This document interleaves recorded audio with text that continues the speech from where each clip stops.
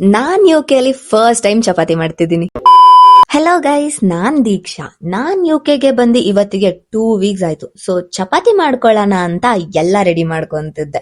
India ಅಲ್ಲಿ kitchen ತಟ್ಟೆ ಹಿಡ್ಕೊಂಡು ಹೋದ್ರೆ ಸಾಕು, ರೆಡಿ ಚಪಾತಿ ಸಿಕ್ತಿತ್ತು. ಇನ್ನ ಒಂದು ಅಂತ ಹೇಳ್ದಾಗೆಲ್ಲ ಬರ್ತಿತ್ತು.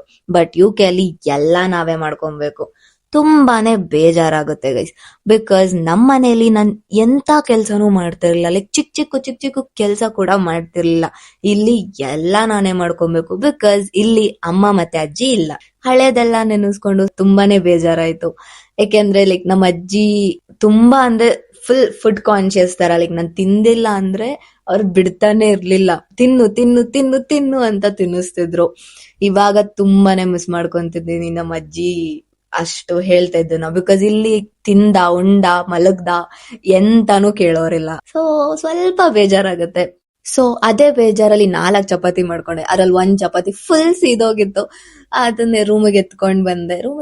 ಆ ಸೀದೋಗಿರೋ ಚಪಾತಿ ತಿಂದಿಲ್ಲ. ಇನ್ನ 3 ಚಪಾತಿ ತಿಂದೆ. ಸ್ವಲ್ಪ ಉಪ್ಪು ಕಡಿಮೆ ಇತ್ತು, ಆದ್ರೂನು ಚೆನ್ನಾಗಿತ್ತು. ಹಂಗೋ ಹಿಂಗೋ ತಿಂದೆ ಅಷ್ಟೇ ಗೈಸ್.